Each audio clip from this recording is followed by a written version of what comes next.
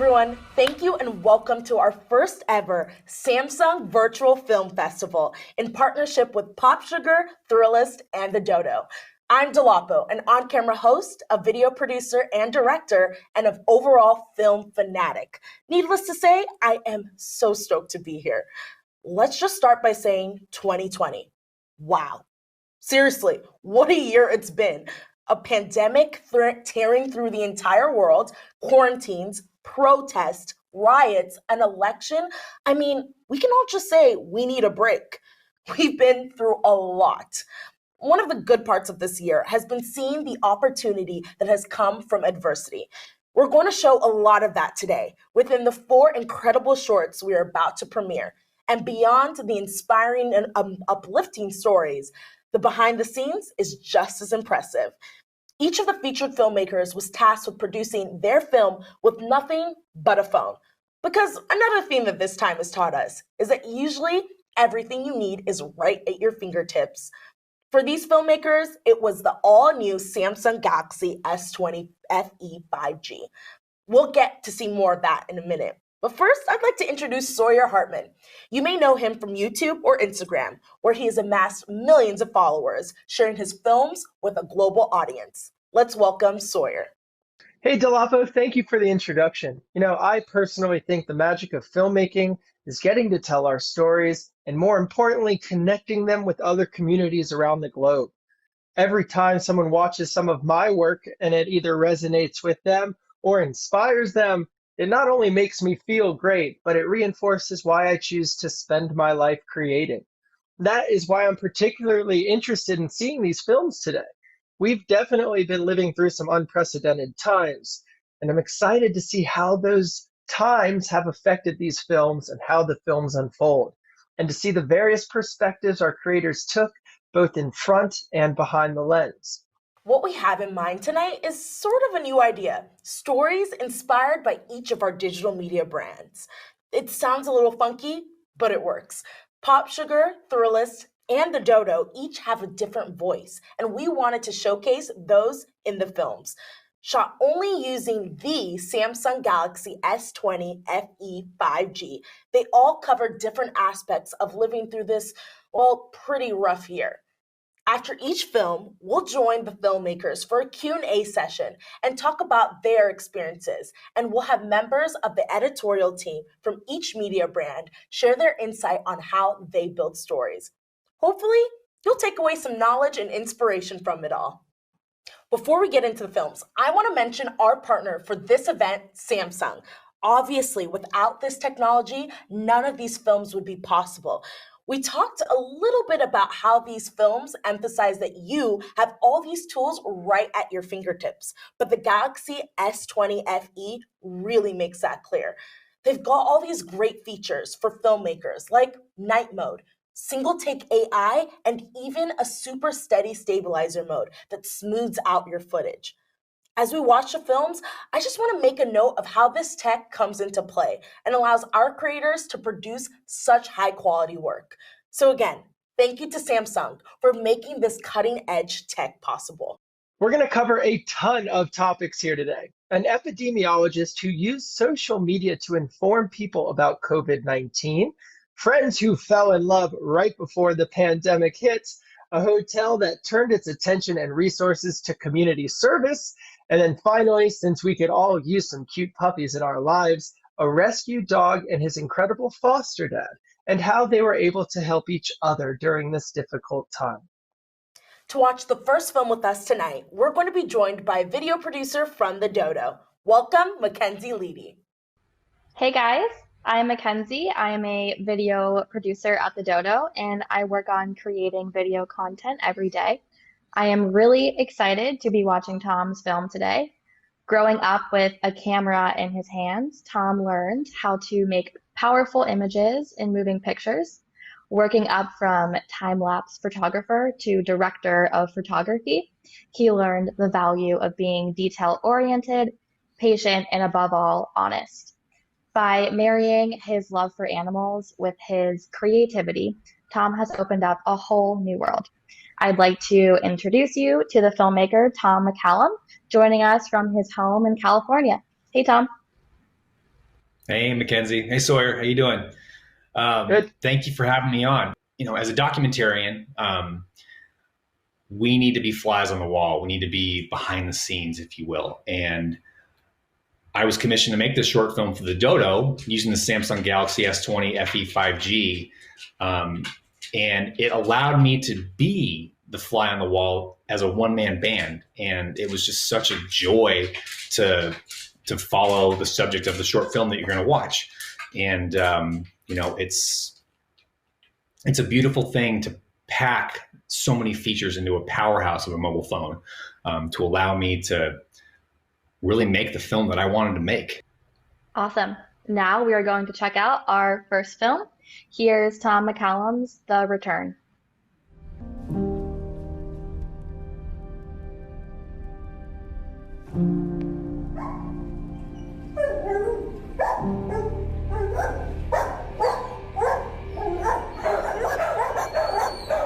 Boomer was found on the side of a highway.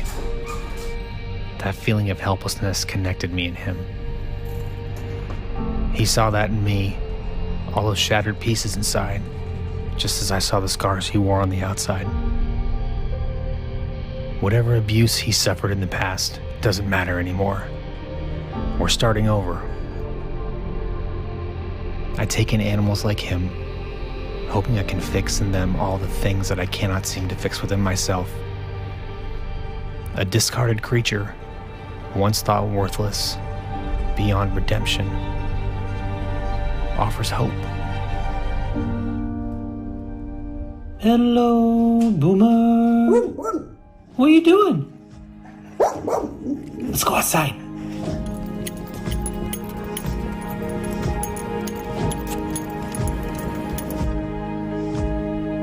I see the worst of people, of myself, in the violence that is so often visible in them. And I seek the best of people, of myself, in teaching them how to love again and how to be loved. We are their shepherds. We are their keepers. And they are ours.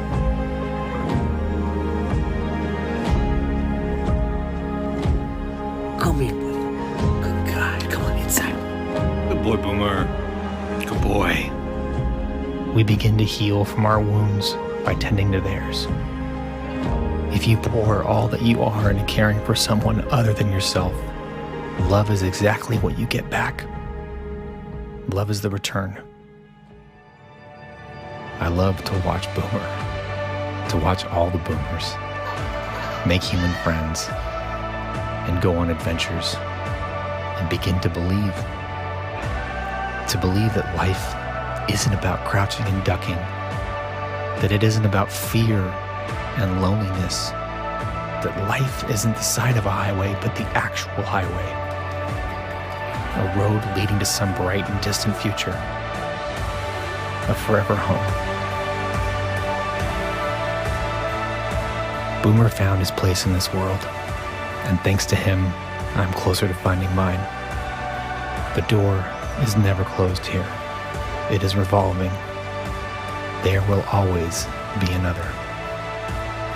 They don't understand these words, but I think they know what I mean in a place beyond language. The sound of a voice, the smell of an old t-shirt, the touch of someone who missed them, letting them know that you will always come back for them, and they will always be waiting.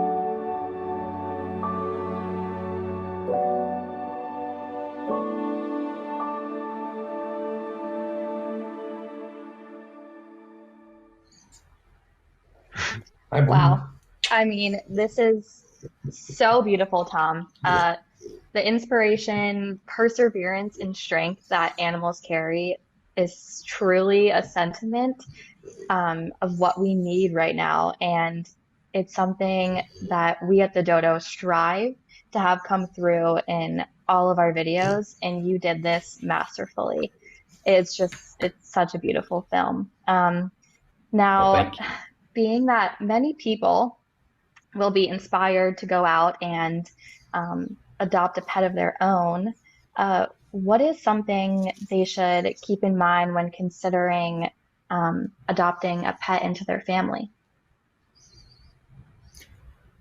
I think the biggest thing that people need to keep in mind about when you adopt a pet, and when you foster a pet, is that it's not as easy as it seems. It might seem easy on screen, but Big Boomer here took a lot of work to heal. And it does seem easy at a distance. You see people so happy walking their dogs, especially during lockdown, during a pandemic. You see everyone outside walking their dogs, like hanging out. There's a lot more work that happens behind the scenes. So I'm just encouraging people to, one, to foster before they adopt, and two, just don't underestimate the commitment that it takes to make this dog a part of your life. Yeah, I completely agree. And I think right now it's clear, now more than ever, that people are yearning for this sense of purpose and comfort, and this return of love that you get when you help an animal heal, as you discuss in your film. This is something that seems like it would be exactly what people are looking for. With that being said, how do you think the pandemic has affected adoption and fostering? It's interesting, Mackenzie, because all of the shelters have been empty. All the rescues have been empty. As soon as lockdown happened, I had a mama and 3 babies here at the house. So it's been a beautiful thing to just see the shelters empty when they're normally full. Like, for some reason, everyone was like, I got time on my hands now. It's the time. It's the time to do it. It's the time to commit. And I read an article the other day that said that that like all these shelters have been cleared out to where there were no more dogs left, where people were clamoring for dogs. And that kind of just made my heart sing a little bit, because normally the shelters are full and not a lot of dogs make it out. And I was just overjoyed to hear that, that these shelters were empty. I mean, that's the thing. It doesn't stop. Like Boomer was rescued by Hop Along and Oakland Animal Services, and just they are the guys that kept on going during the pandemic, during the lockdown, when all this was going on. So they, like, the influx of dogs never stopped, which is a crazy thing to think about. But the beautiful thing is that so many animals are finding forever homes because of the time that we had, and because of the longingness to connect. I think that really drove me into, like taking on 3 or 4 dogs. Yeah, it really makes sense. People are, like you said, are yearning for that connection, and yeah, they wanna feel that comfort, which is something that you feel when you watch this film. I mean, I myself had teary eyes watching this, and you just feel so inspired. And what would you say about animal videos? What is it that never fails to hit viewers right in the feels? It always seems to happen. Clearly, it happened with your film. Yeah, I mean, there's a couple of things. These animals are just so hopeful. Like, every animal that the Dodo profiles is hopeful. Like you can see it in the look in their eyes. And I think the moments that happen on screen that you can see, I think you see it. I think you can actually feel the connection between the animal and the person who's fostering, and the person who's adopting, the subject of the film, of whatever Dodo video you're watching. That's the beauty of it, is that you get that connection. Even the inflection in someone's voice, you can feel it. And we were all longing for that. We were all dying to just to feel connected again. And that's kind of what animal videos do. That's what these guys do. They carry so much power and so much hope in their look, and it's an amazing, beautiful thing. I know it's very obvious in the beginning of the film, the cinematics, you used super steady features and even the slow motion to be able to slow down these real life moments and make them feel like they stretch out forever. What features really allowed you to connect both the intimacy of your story with the final on-screen product? How did you enjoy conveying that to your audience? I mean, the beauty of a feature like slow-mo or super slow motion is that the characters suddenly dance before your eyes. Like moments that happen in an instant are stretched out forever. And that's a beautiful thing to watch unfold on screen after you've shot something. And I had no idea that a mobile phone could even do that. It was really, I mean, I would love to just have a whole short film just of slow motion movement. It's crazy. If it's okay, I'd love to ask you some questions from our audience. Tamara M wants to know if it was difficult to film movement with a dog that's just constantly running around. I mean, dogs are unpredictable. They don't speak English. They don't listen. I mean, they do listen, but they also want to do they're going to do what they're going to do. So yeah, it was tough. It's a lot of like bending over to get certain shots. As you'll see in my film, there's like a lot of low angle tracking shots that are sometimes tough to get because you're bending over and I'm an old man, so my back's not as good as it used to be, but yeah, it's tough to film movement with dogs because they're so unpredictable, and having multiple dogs is chaotic. It's you never know what's going to happen. That's also where the beauty comes from, is like you get to watch these guys interact and be dogs and be normal, and just really cute stuff happens when you're kind of letting the action go. Animals are special, and it's very, very obvious that Boomer is special, and so are you for making this for him. Thom, I want to thank you so much for dropping by today and letting us enjoy your film and meet Boomer. I'm going to hand it over to Mackenzie to say her farewell, but Thom, pleasure to have you. Thank you, Sawyer. Yeah.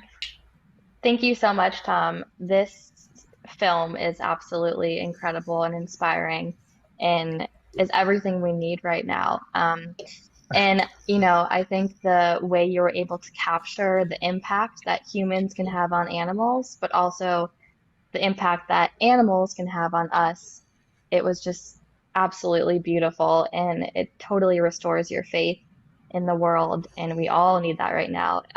It was just such a pleasure to watch, and I'm really fortunate to have been able to be a part of this. Thank you so much. Never change, Boomer. We love you. Thank you, guys. Absolutely. Say goodbye, buddy. Bye, Thom. Say bye. Bye, Boomer. Bye, Boomer. Thanks, guys. Appreciate you. Oh my God, I have to hold back the tears. Thom, that was so beautiful. Seeing you foster that beautiful pup. Chills, honestly. Joining us from Popsugar's editorial team is Lindsay Miller. Thanks, Dolapo. I'm Lindsay, Deputy Editor at Popsugar, where we're dedicated to sharing stories that inspire, inform, and entertain our audience every day. So I'm really looking forward to watching these short films with you. Kenny's a Los Angeles-based visual artist with vast experience making documentaries and music videos. He's the resident curator for the nonfiction production company XTR, and he's traveled to just about every continent with some of the world's most innovative musicians, including Toblo and Foster the People. So without further ado, I'd like to introduce you to the filmmaker, Kenny Laubbacher. Hey, Kenny. Hey, Lindsay, thanks so much. Yeah, you nailed it. A little bit on my background is I cut my teeth making documentaries for a nonprofit called Invisible Children, where I also worked as an artist liaison, which connected me with so many artists really throughout the world. So when I left the nonprofit and went on to be doing my own filmmaking, I was making a lot of documentaries and music videos for the different bands I was interacting with, which then I guess ultimately led me to this project, which was so fun getting to work with the Samsung Galaxy S20 FE 5G, where I got to really take both worlds and combine the documentary style with a little bit of the music video style with the phone. Very cool. Well, let's check out the finished product. We're going to watch our second film. Here's Kenny Laubbacher's Jessica Melody Rivera, Making Science Make Sense. You never know how your life is preparing you for what's to come. And that is especially true of my life over the last few months. My name is Jessica Melody Rivera. I'm an infectious disease epidemiologist, a science communicator. I'm also a wife and a mother of 2 little toddlers. Growing up in a first-generation American home meant that education was the #1 priority. And I had a few options for my life. One of them was being a doctor. Thankfully, I enjoyed science, but my career took me in a different path. I studied science for most of my life, studied it in undergrad, and I ended up getting recruited to a team of researchers at Georgetown University that were translating reports on emerging infectious disease outbreaks in plants and humans and animals in over 50 languages. And I would join that team to help translate that information. So I was at Georgetown over 10 years ago, and it was in that time that I was noticing that the gap between the science community and the general public was growing and growing, and that's when I was becoming a science communicator. I didn't realize it, but all of my work was preparing me for a global pandemic, and then COVID-19 hit. Jessica Melody Rivera is a microbiologist and the science communication lead. Great to have you with us today. So when COVID-19 emerged, my phone was blowing up with all kinds of questions about, does this make sense? What does this mean? And I just started helping my friends parse through the media, parse through the news, and help them understand what was fact from fiction. So I started noticing trends in the questions that I was getting from friends. So I thought, I might as well just put this in social media format so that more people can see it, because I keep getting these text messages. What I also didn't realize was that there was this insatiable hunger for this on social media. And my following back in March went from 1,000 to now over 100,000 in just a few months. It's incredible that my phone has allowed me to do some of the most impactful science communication of my career, all while being home with my family. That also propelled me into different kinds of platforms, and I have been an expert contributor for a few networks. The only thing that should be driving the timeline is safety and efficacy data. Science isn't finished until it's communicated. In infectious diseases, when an outbreak happens, you can almost predict infodemic outbreaks to happen too. So I was kind of combating both. I was trying to help people understand the science and try to help people understand the way to talk about science. You don't have to be a scientist to understand science. And I think that in a time right now where nobody's talking about anything else, we all need to understand so that we can all make better choices. If I can help people make more informed decisions that are based on fact and not fear, then I've done a good job.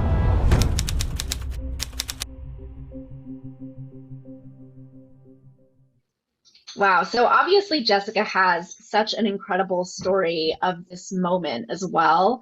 I'm just curious to know, what really struck you about her, and why did you think this story would make for such a good film?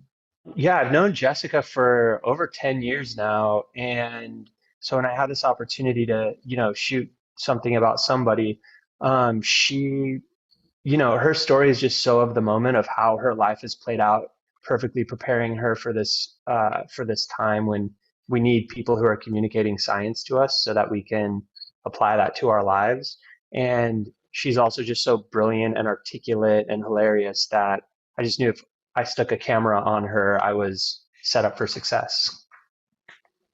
Well, and obviously her work has changed so much given the pandemic. And I'm sure as a filmmaker, it's had that same, maybe not the same, but a similar impact on your own work. So I'm just curious what sort of parallels you were able to draw between the two of you.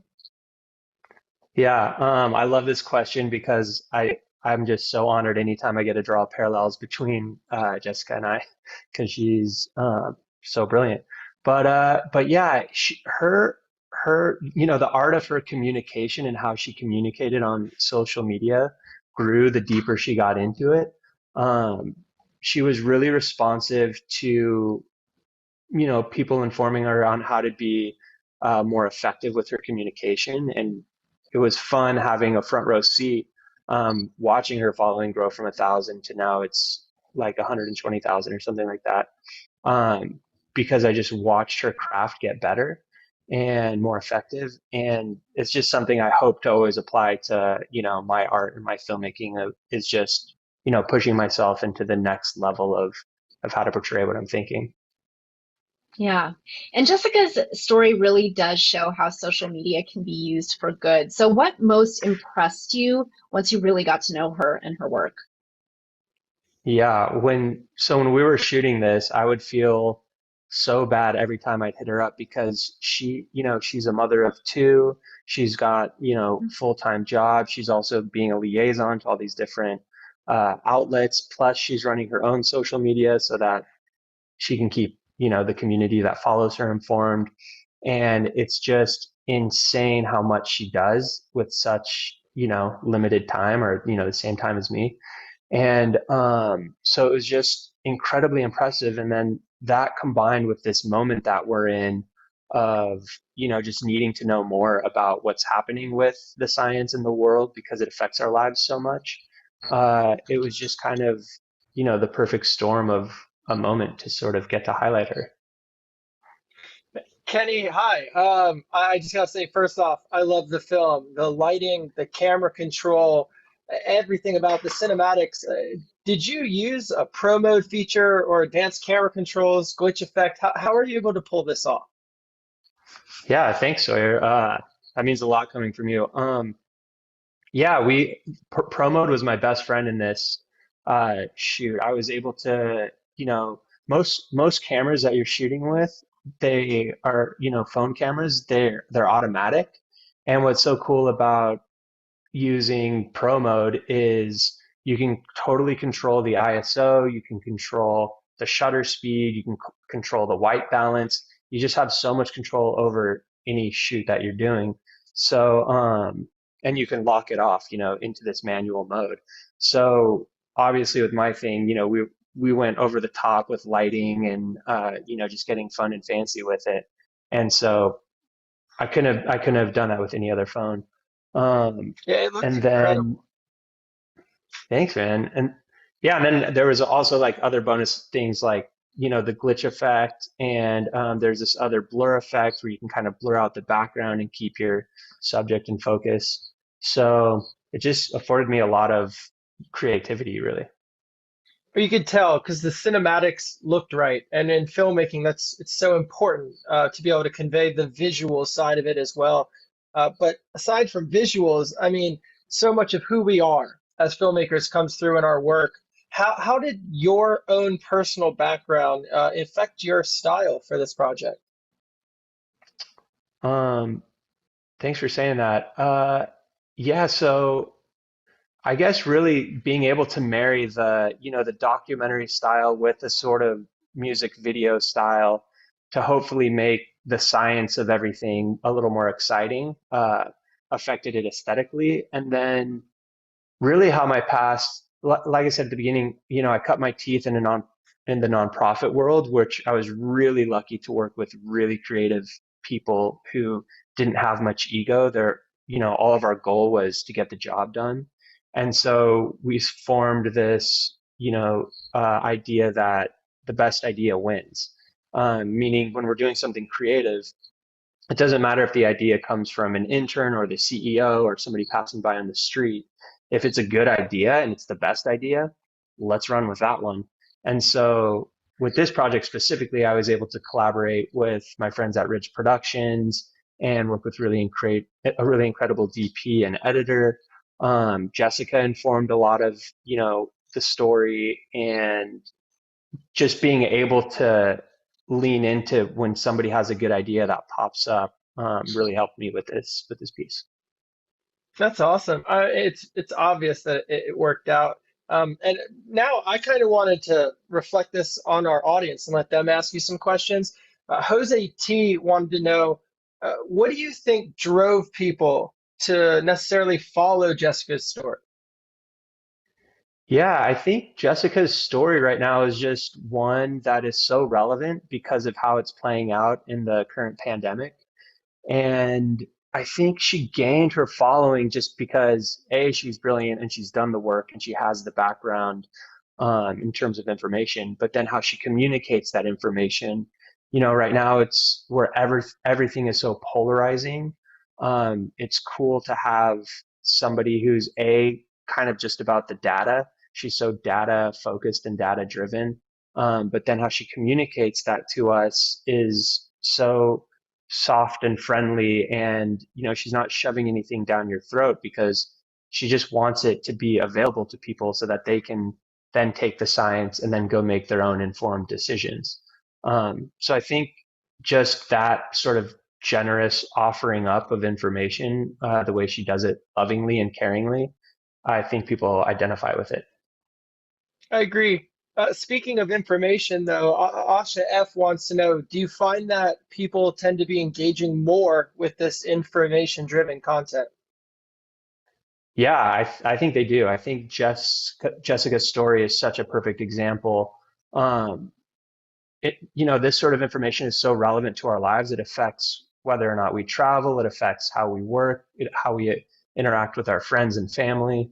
And so we want to be informed, and we want to, protect those around us that we love. So I think people are hungry for it, and you could see it in Jessica's story. Roman wants to know, and this might be a hard question, but out of all of your world travels as a filmmaker, what is your most memorable story? What pops out to you as something special? That is a hard question. No pressure. I recently went on a trip to the Grand Canyon with one of my favorite writers, and we spent 4 days on this trip with, a group of people that were just in love with this guy's writing, and we camped all along the way, had a tent set up on a ridge as the sun rose over the Grand Canyon, and we're able to listen to excerpts from his book, and that's not out yet, and things like that. And I think just because that one just happened and it was so beautiful and amazing, and I also had the opportunity to shoot it, I think that one stands out for me.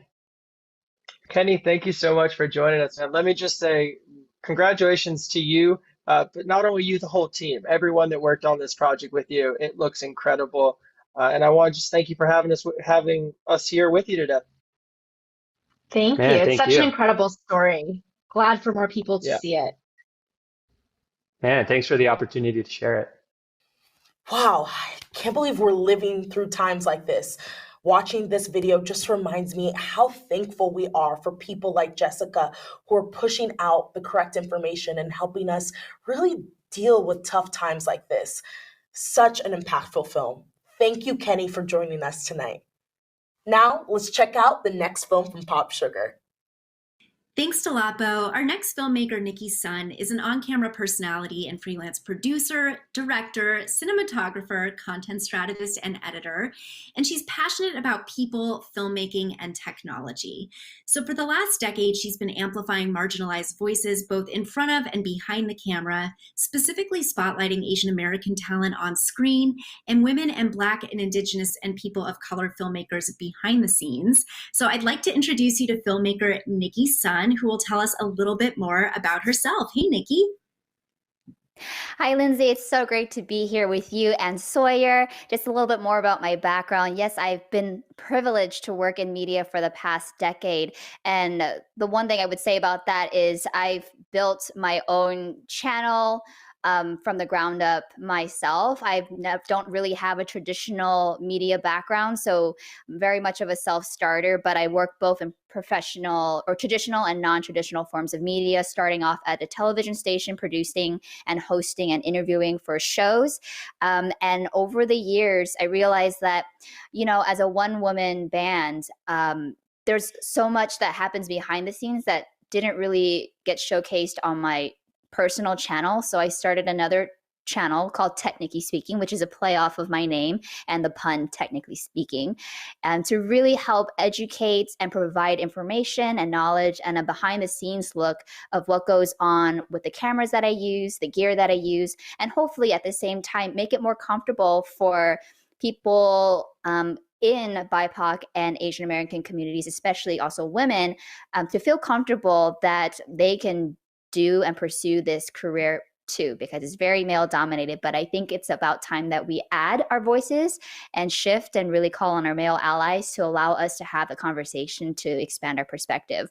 So being selected for this filmmaking project means a whole bunch to me. And I really thank Samsung and Popsugar for allowing me to shoot my first film entirely on the Samsung Galaxy S20 FE 5G phone. It was such an amazing experience, and I'm so excited for you to see what I did with it.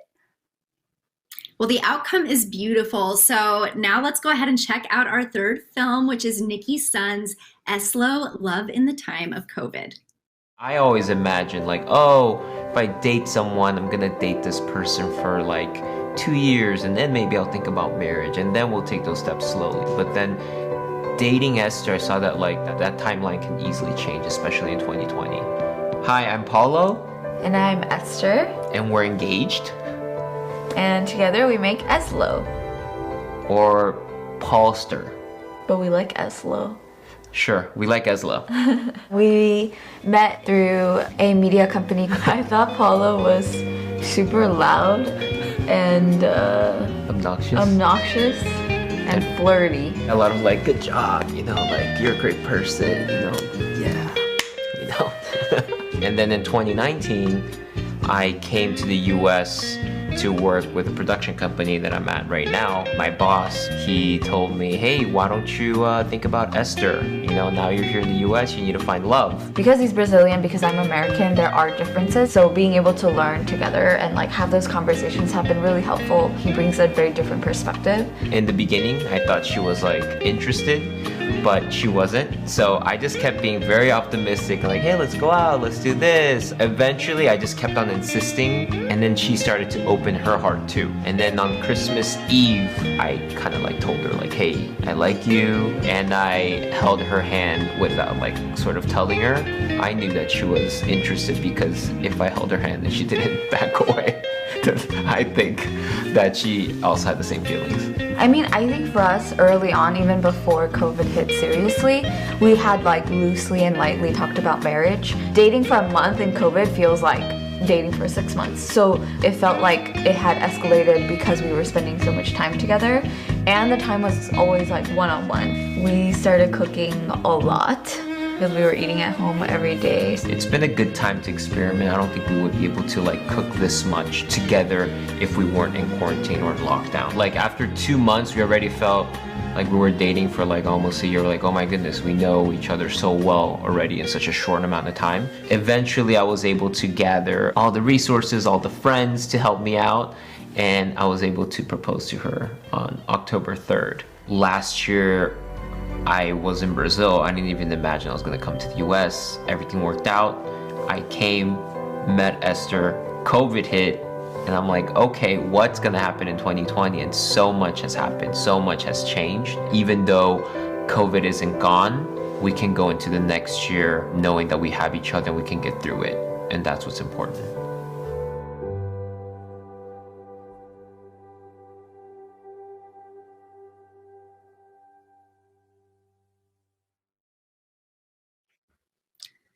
It's really such a beautiful love story and so of this moment.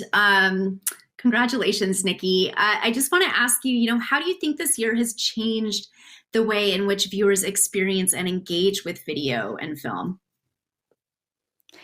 I think it's more important than ever. And I think now that we're all video calling each other because we can't travel right now or see each other in person, our phones have been literally like, if it's not charged with me today, I ain't going anywhere, because I always feel like this allows me to be so attached to my family and my friends and the world, in such a feeling sometimes when we are alone and maybe isolated. So I think being able to showcase these stories through video, being able to connect with people through phone and video calls, it has allowed us to have a more authentic and closer connection with people.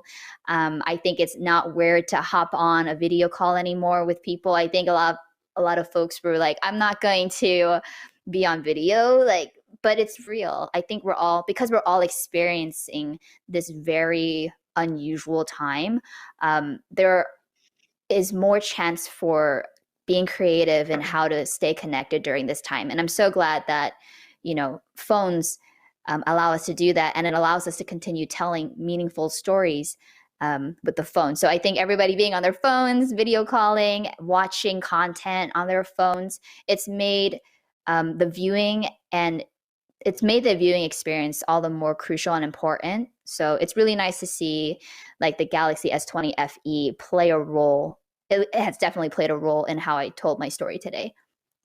And, what was it about them that really impressed you the most when it came to the way they did respond to COVID-19 and the pandemic as a couple and as individuals too?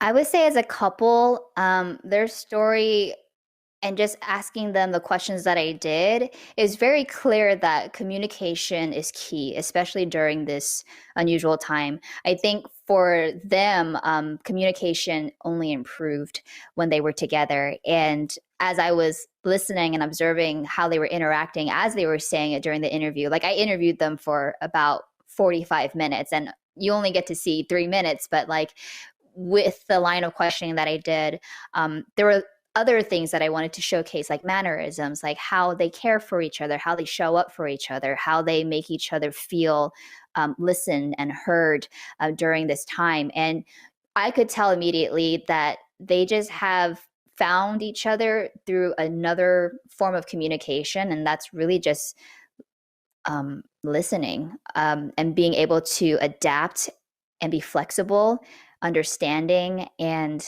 being really patient during this time, but also being creative with their dates, right? I mean, it's beyond just communication at this point. It's every second matters. And, for them, dating for 1 month felt like 6 months. So it didn't surprise me that they ended up getting engaged. I was surprised because normally it takes more than a year personally for me to get to know someone. But I think dating in the time of COVID has really escalated a lot of relationships, and it has also ended a lot of relationships. But I'm so glad that they found each other. And what I would like to say is Apollo locked it down in lockdown. So that's really cool.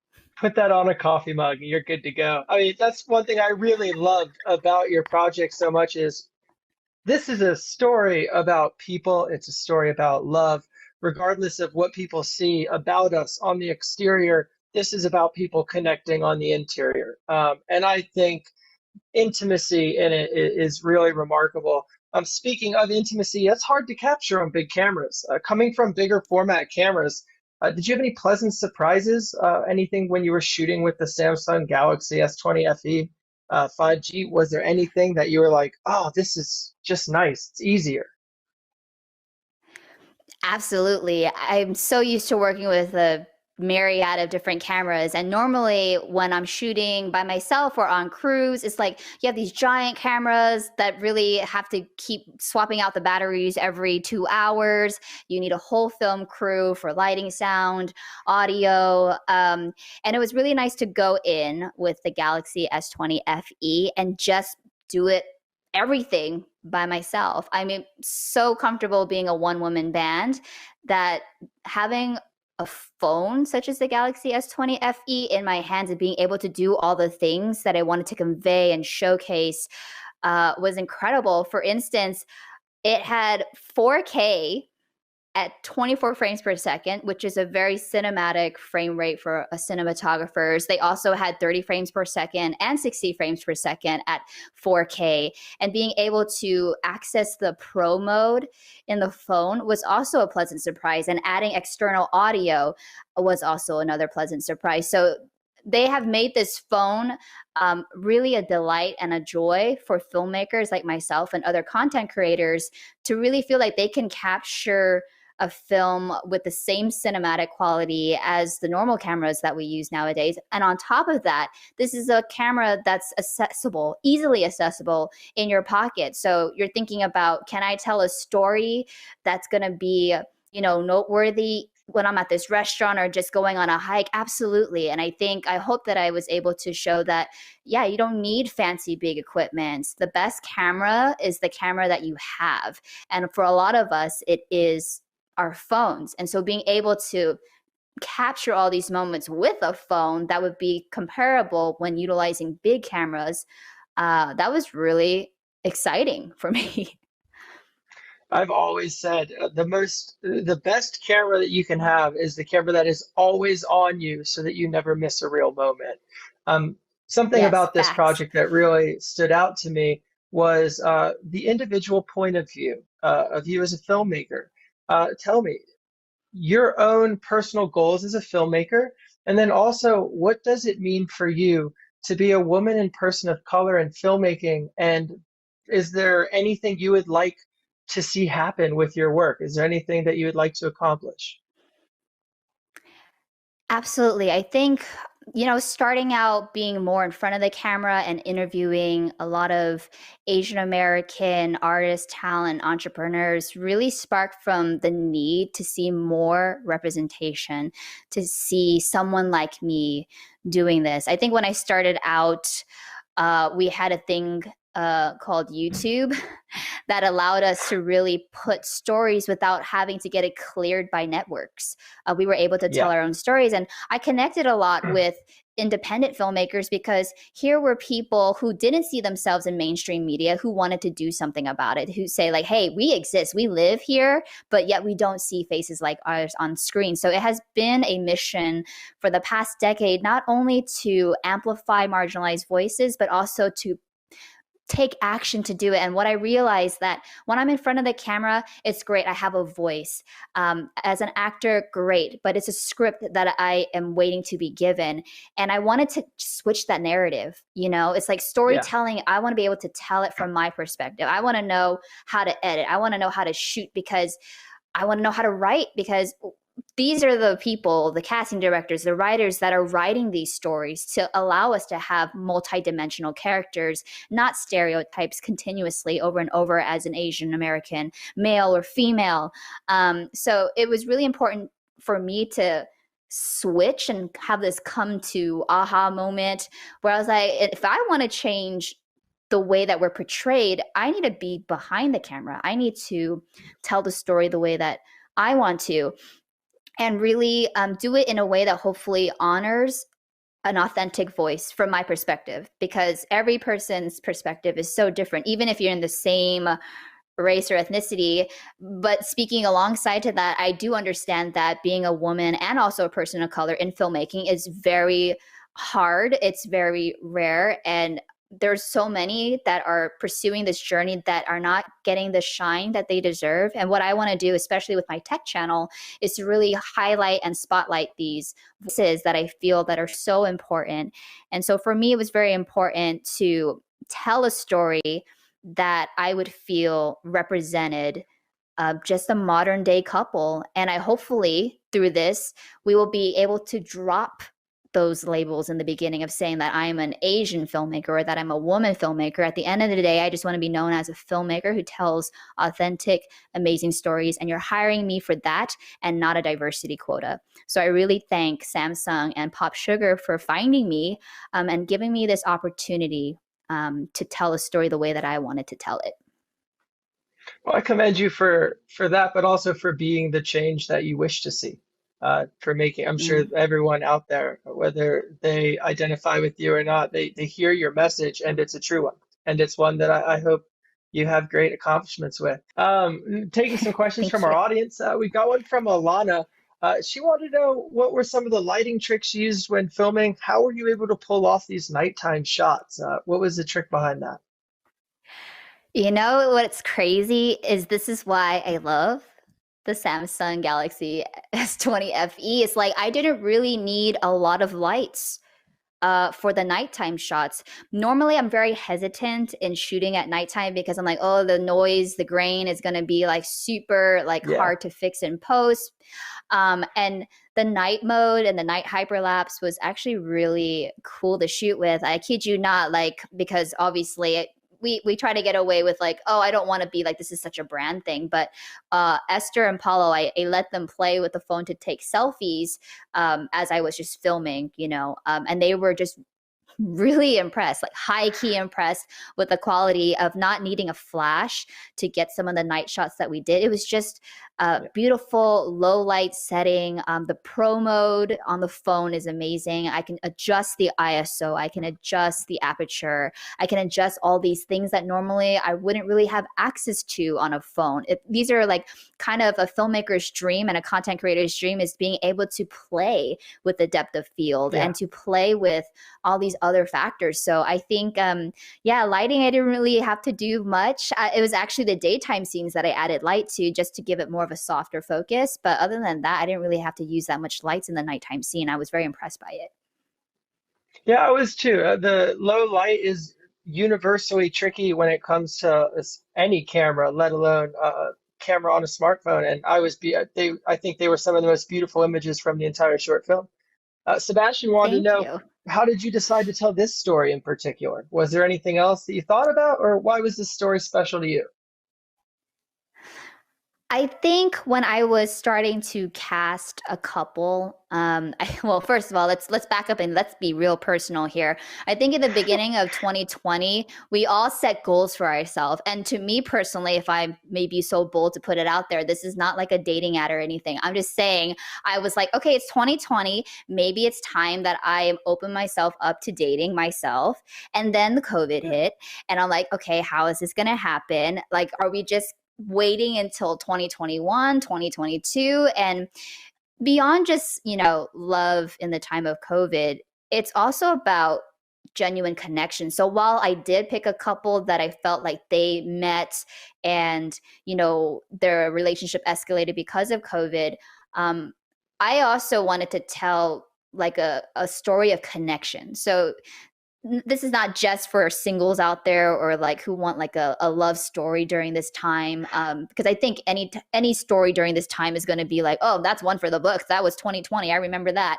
I think, again, it's just really focusing on the connection that you can find with somebody, because it's definitely a lot harder to do all the things that we're used to and find genuine connection. And honestly, in a way, COVID has made it more meaningful in a way. Like, you're not just gonna meet somebody, swipe left, swipe right, and like meet them. It's like, did you take a test? Were you negative? Because if you didn't, like, this is not happening. And there's also a level of trust that you have to gain as well when you're dating, because you have to have some sort of trust in order to meet up, because you might catch COVID.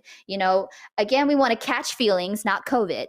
Well, if we learned one thing, we learned if you stick two people in a house for 6 months, you will find out if they're soulmates or not. Thank you, Nicki, for joining us. I just had the best time here today. Lindsay, I'll let you take it away. Oh my gosh, likewise. I'm just so excited for even more people to get the chance to see this film. It's such a breath of fresh air. Congratulations, Nicki, and thank you both.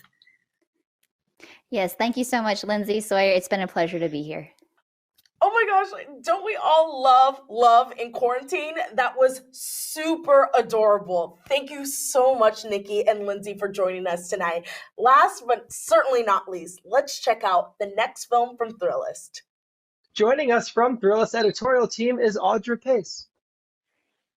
Hey, Sawyer, what's up? I am the creative director at Thrillist. I'm Audra. I am so excited to watch this short film today and excited to introduce you to Trishna, who is an LA-based producer. She specializes in travel, food, and the human experience. So she is on brand for us as could be.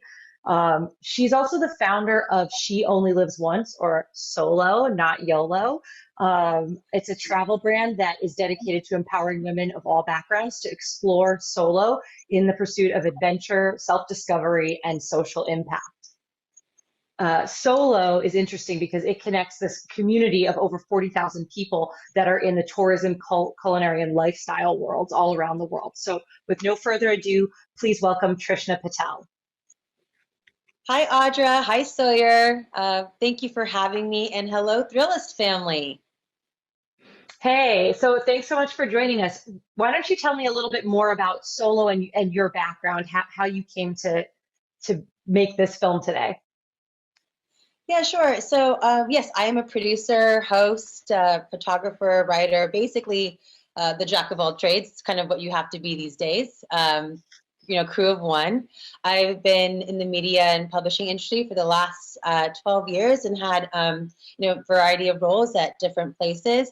But, no matter where I was working, I was always making time to cover the things that I wanted to cover. And so that's kind of when the travel blogging started and Thrillist was born. And that's when She Only Lives Once was born as well. I was noticing that when I was traveling on my own, I was having the time of my life. I wanted to travel alone because I didn't want to wait for other people's schedules to clear up, and I wanted to get out there and see the world. So instead of praying that the trip would go okay, I ended up finding out that I was really having these incredible experiences, and I wanted to share that with people. So I just think that we're kind of the best versions of ourselves, or it really shows our true character when we're kind of off doing our own thing by ourselves. I think that you have to become really resourceful. You're really open to new experiences that you aren't necessarily open to when you're with the group. So I think it's pretty incredible, and more people should do it. And I actually think it's very similar to filmmaking by yourself too. I think that when you're a crew of one, you often have to be able to think and pivot on your toes, and you're open to different things and different scenes and different topics when you are filming solo. So it's been a great ride so far. Awesome. Well, definitely wanting to jump right in then to this story. I'm so excited to watch it and share it with everyone. Let's check it out. Trishna Patel's The Culver Hotel, coming back from COVID-19.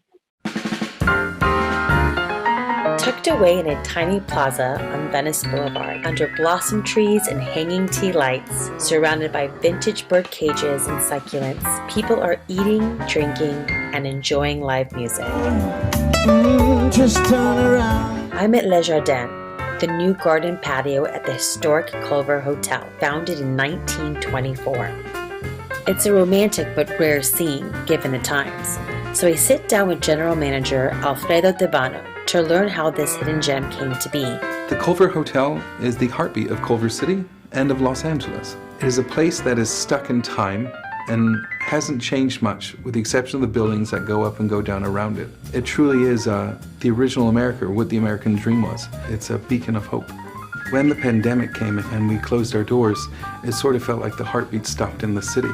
So we all got together and said, what is that we're going to do after the virus lifts? What are we going to do when we actually come together? And we focus on 4 pillars. That's service, food, beverage, and ambiance. We serve 2 meal periods. That's brunch and dinner. We have eclectic American cuisine. I like to call it that because you'll see a variety of things. The response from the community has been overwhelmingly positive. Reservations for Le Jardin fill up fast. It's an example of how restaurants and hotels across the country use their creativity and resources to stay in business. When we closed our doors, and once we realized that was inevitable, let's find a way to freshen up the hotel and get ready for once we reopen. And we painted walls, we redid floors, we redid rooms, we purchased new furniture, and we found ways to bring hope and life back into the Culver. Chef Ben Diaz and hotel staff also prepared 100 meals for a nonprofit called Feed Culver. Feed Culver is an organization where we take donations and we actually use those donations to go to restaurants to purchase meals for those that are less fortunate. The wonderful thing about this is those donations actually assisted in keeping restaurants open and people employed. Remember, a rising tide lifts all boats, and if we're open and we're doing well, those that are around us are also going to do well. The reopening was magical. When the Culver Hotel reopens, Angelinos can expect a unique and memorable experience through compelling history and inspired design. The more time I spent at Le Jardin, I realized as far as silver linings go, there's more than meets the eye. Yes, there was this gorgeous new space, my very delicious cocktail, and groups of friends that were back together again. But more importantly, there was an energy and a shift in perspective that I felt long after I left. Every staff member that works here actually wants to be here. It makes you really feel like you have purpose. You feel like you belong. And if I can make them all feel special, or make one of them feel better, then I think I've done something for the day. And I love it. So chic, Culver Hotel, and super inspiring and optimistic. So I really loved watching this. It's hopeful, and it's this fun insidery kind of look at a place that's very well known and beloved. Something that Thrillist is very dialed into, specifically coming out of COVID-19, or still really being in it, is the optimism and the sort of ingenuity and never give up, never let go, always find something to do-ness. And I think this film really captures it. We really love when a story that we like to tell gets into the history of a place. That's very important to us. The little overlooked details that maybe people don't notice right away. And then most importantly, the people behind it. We really think that many of these industries, the culinary industry, the hospitality industry, are about community. And it's about the people there who make it work. So this story did a great job of touching on each of those things, which leads me to my first question. What was it that inspired you to tell this story about this place at this time? Yeah, you know what's so funny is that I was actually born down the street from the Culver Hotel many, many moons ago. And so I've been coming to the Culver Hotel for as long as I can remember. I've been frequenting the neighborhood, that community, specifically that block. So I've really seen the neighborhood change for the better. And when COVID-19 hit and places in the restaurant industry and the hotel industry were changing, I was really keen on and figuring out and sharing with others what people were doing, how people were pivoting, rebranding, digging deep, and finding ways to move forward. And so that couldn't have come at a better time. And like I said, I think there's more than meets the eye with this story. I think you'll see beautiful food, and you'll see a beautiful garden and music and a beautiful hotel with lots of history. But what really is going to drive the piece is the people behind it, the staff, Alfredo, the general manager, and really humanizing this entire experience. There are a ton of cute setup shots and really nice detail shots in here, little moments with cocktails and some of the decor. Talk to me about what caught your eye and then how you decided to capture it. You know, I'm really drawn to bold colors, unique perspectives, and things that really pop on camera. So when I'm filming a room and I'm filming inanimate objects, I really try to get unique angles. And I really what I was able to do when I had the phone was, crouch down a little lower, get up on a chair and get that really tight shot of the chandelier. So again, these were angles and shots that I was able to get because I had the phone. And so it really provided some really great, interesting shots that I never would have gotten before. Speaking of that, did you experience any battery life? Is such an important part of filmmakers' lives. There is nothing worse than, as you know, shooting and seeing that little flashing light coming up, because after the camera turns off, nothing we capture is translated to our story. Did you have any happy accidents? What was your experience like shooting on with battery life and mobile phone? I think that as filmmakers, we have all been in a situation where you're about to capture something epic. You can't believe you're about to capture this, and all of a sudden you see that low battery life come up, and it literally makes you want to hurl. I think we've all been there. With this particular camera, with the Galaxy S20 FE, that wasn't even on my radar. I really could rest easy knowing that I would never run out of battery life. I would never have to, step away and charge up or carry a battery pack on me. That makes it really cumbersome. So it was incredible. I cannot say enough about the battery life, because that's something that's, it's usually my Achilles heel when I shoot, and especially when you're shooting on your own. You don't really have time to step away and charge up. So it was great. I can't say enough about the battery life. Well, that's good news, because battery life is stamina, and that's sometimes we're on set a lot of hours, and that can be useful. Well, besides battery life, did the Galaxy S20 FE create any unique opportunities to capture the intimacy of these rooms or encounters with other people? Can you tell us a little bit about that? Yeah, what's so funny? No matter how great you are on camera, no matter how comfortable you are on camera, when that camera rig comes out and you have a crew of 2 or 3 people, people freeze up, and you oftentimes miss these authentic interactions when you do bust out that camera. So what I really found to be the case in this, when using my phone, was that I was really able to capture these authentic moments, the banter back and forth, smiles, laughter, inside jokes, things that people wouldn't maybe maybe do if I had the normal camera out. So it really helped with the intimacy of the piece, of feeling like you were actually there. I think that perspective is invaluable, and you're really able to do that when you have the phone. I mean, you're literally getting people to bring their guard down. It's a huge perk a lot of people don't speak on. But you actually used a lot of features when shooting your feature. The food mode. You used the feature food mode for a lot of this project, didn't you? Because it looked incredible. I think that food content is so difficult to shoot normally. So shout out to all you food bloggers out there. That's no joke. So yes, when I got the Galaxy S20 FE, I was so excited to find out they had an actual feature called the food mode. Basically what it does, it gives you a couple of really cool options. My favorites are, you can just click on this little wheelhouse and it allows you to adjust the temperature from cool to warm and adjust the color, which I think is really, really helpful for shooting food content, because sometimes the plate will come out, it looks gorgeous, and it's not quite translating onto the screen. So that really helps with that. And I really did like this feature called the radial blur, which blurs out the plate and the background, so your food is in focus, front and center, and it was a game changer. I won't ever shoot food without the food mode anymore. So food content's hard. I mean, we have our nose, our ears. I mean, we have all of these senses to take in the food we love. Just seeing it, we need food mode. But let's actually pivot and take some questions from our audience. Dre really wanted to know, how did you determine what footage to keep in the edit, and how did you know what to throw out?